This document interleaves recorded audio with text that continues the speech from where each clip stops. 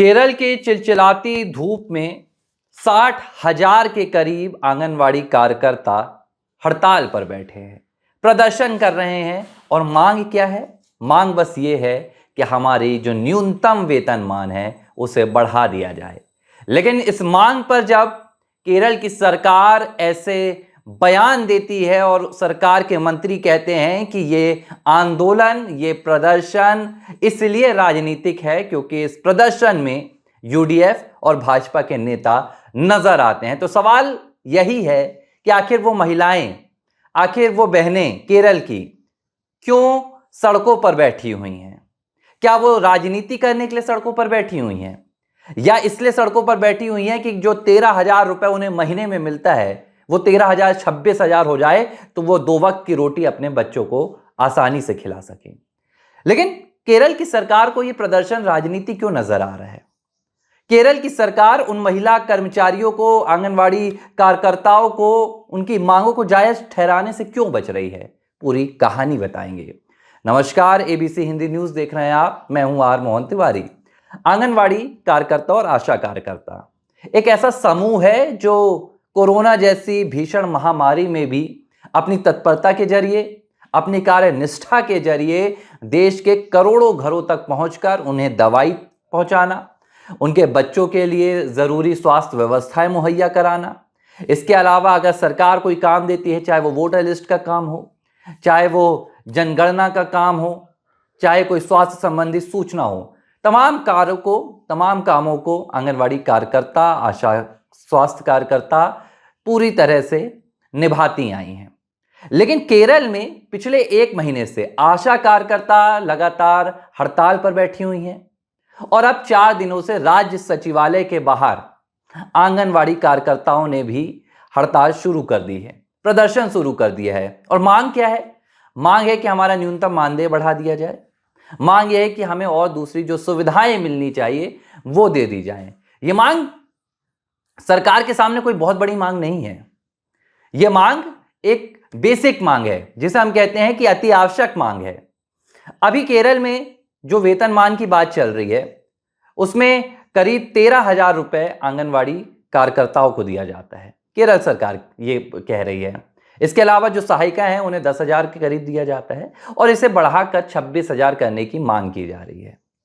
अब इस पर कई अलग अलग सामने आ रहे हैं तथ्य। एक तथ्य ये कह रहा है, केरल सरकार ये कह रही है कि हमारी जो बातचीत है वो आंगनवाड़ी के जो यूनियन होते हैं कार्यकर्ताओं के, उनसे हो गई है और उन्होंने हमारी बात को समझ लिया है और हमने उनकी मांगों को पूरा भी कर दिया है। लेकिन बावजूद इसके अगर प्रदर्शन जारी है तो फिर ये मंत्री पी राजीव कौन सा बयान दे रहे हैं? इनकी किसके साथ बात हुई है? केरल राज्य सचिवालय के बाहर 4 दिनों से आंगनवाड़ी कार्यकर्ता बैठे हुए हैं, आंदोलन चल रहा है। महिलाएं धूप में तख्तियां लेकर बैठी हुई हैं। वो महिलाएं जो घरों में बच्चों के पोषण के लिए जाती हैं, वो महिलाएं जो आंगनवाड़ियों में रहती हैं, बच्चों को शिक्षा देती हैं, औपचारिक शिक्षा देती हैं, बच्चों को भोजन देती हैं, वो आंगनवाड़ी कार्यकर्ता तो क्या राजनीति के लिए प्रदर्शन कर रही हैं? इसे लेकर केरल विधानसभा में स्थगन प्रस्ताव भी लाने की कोशिश की गई। इंडियन यूनियन मुस्लिम लीग के विधायक हैं नजीब, उन्होंने स्थगन प्रस्ताव लाने की कोशिश की लेकिन इसे खारिज कर दिया गया। अब यह बात अपने आप में हैरान कर देने वाली बात है कि आखिर इस मुद्दे पर विधानसभा में चर्चा नहीं की जाएगी तो आखिर किस मुद्दे पर चर्चा की जाएगी? 60,000 आंगनवाड़ी कार्यकर्ता सड़कों पर प्रदर्शन कर रही हैं, धूप में तप रही हैं, और अगर इनके मुद्दों पर विधानसभा में चर्चा नहीं होगी तो विधानसभा के लिए बचा क्या फिर?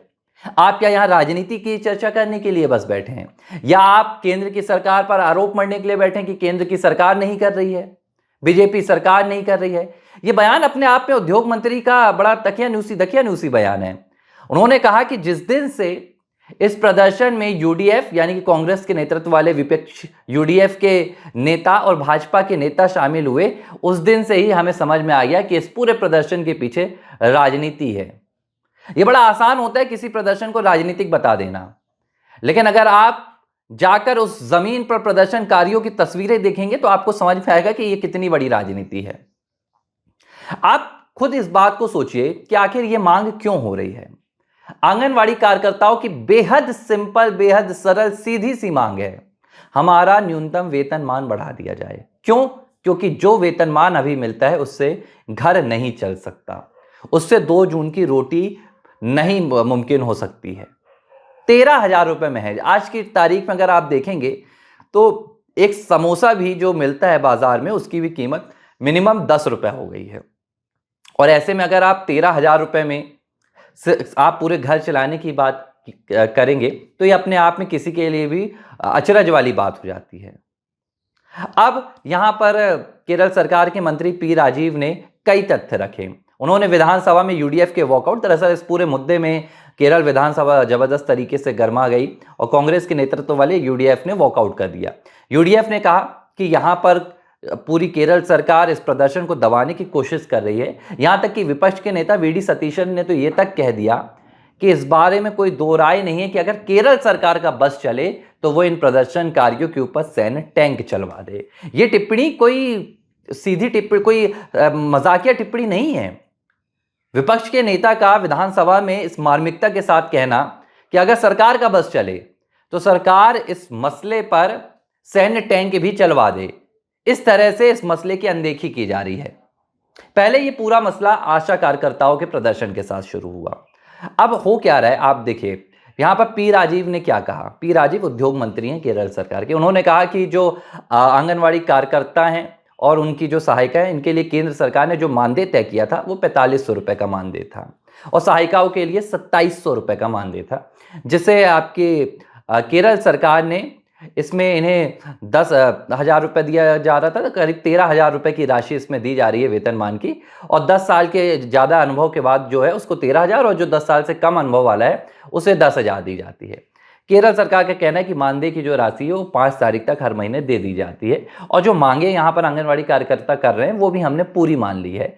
और अब मांगों को मानने के बाद भी प्रदर्शन जारी है, इसमें ये राजनीतिक बू आ रही है। तो सवाल तो फिर यही आ गया ना कि अगर ये मांगे मान ली गई हैं और आंगनवाड़ी कार्यकर्ता इस मांगों से सहमत हैं तो फिर आखिर ये प्रदर्शन क्यों हो रहा है?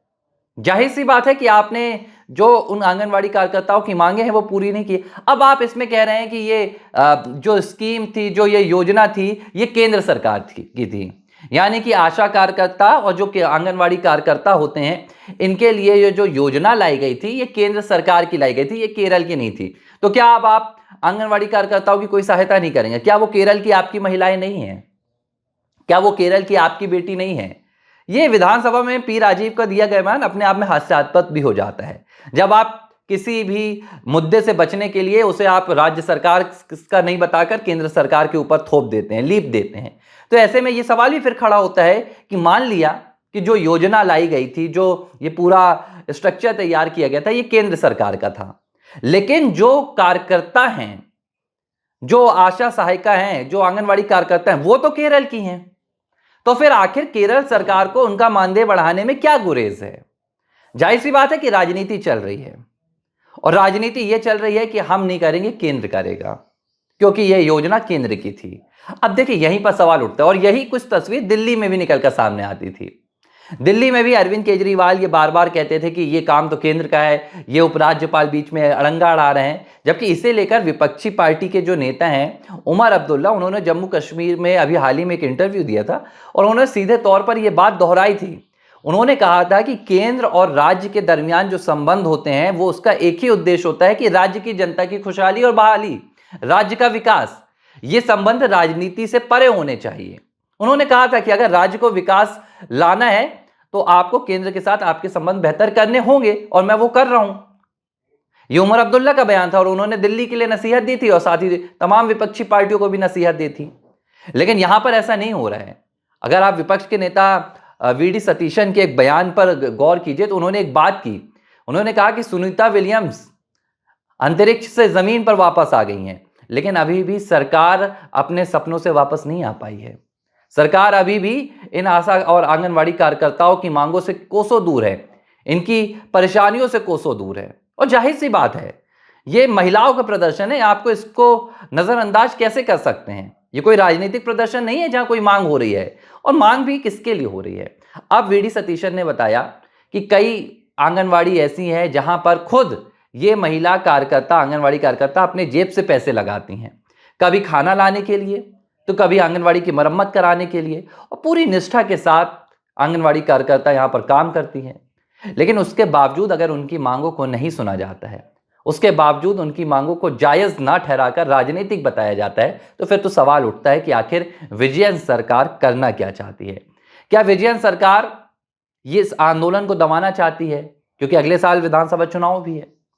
विजयन सरकार को लग रहा है कि इस मांग को लेकर राजनीति की जा रही है, तो आप इस राजनीति को खत्म कीजिए, आप मांगों की समीक्षा कीजिए, आप देखिए कि मांगे कितनी जायज हैं, क्या वाकई में मांगे राजनीति से प्रेरित हैं, या केरल सरकार द्वारा जो 13,000 रुपए का यहां पर वेतनमान दिया जा रहा है आंगनवाड़ी कार्यकर्ताओं को, वो पर्याप्त है। अगर पर्याप्त है तो आप इस बात को कह दीजिए, लेकिन ये ठीकरा फोड़ देना, राज्य सरकार का केंद्र सरकार पर ठीकरा फोड़ देना। पी राजीव ने कहा कि हम 80% जो मानदेय है वो हम देते हैं, तो ऐसे में जो जिम्मेदारी है बाकी की वो केंद्र सरकार की बनती है, क्योंकि योजना केंद्र सरकार की थी।